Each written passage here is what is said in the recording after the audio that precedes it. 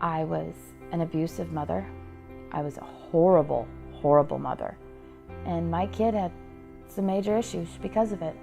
He was mean and violent, and not that I can blame him for the way that I treated him. And then 2 years ago, this April, will be the last time I laid a hand on my son ever. Calder and I would struggle. Oh, we would struggle. And I would hold him in my lap and we would sing Amazing Grace.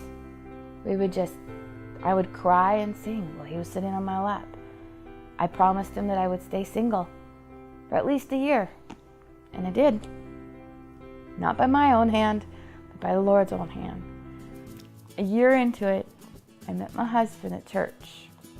At the end of February, we had our first real date at night, and we were married April 13th. And we were married in my mom's backyard. One of the things that Jerry introduced me to that I'd never heard of was Positive Life Radio.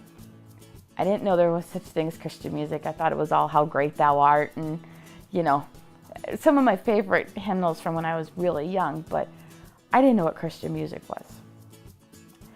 I started listening to it occasionally. I still would go back to 95.7, but then I'd start to hear songs, and they moved me. Laura Story's Blessings. That song moved me. I Am Redeemed.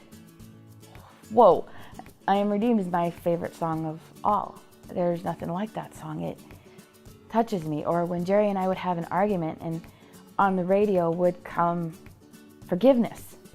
And you'd be listening to the song. How can you be angry when you're listening to forgiveness?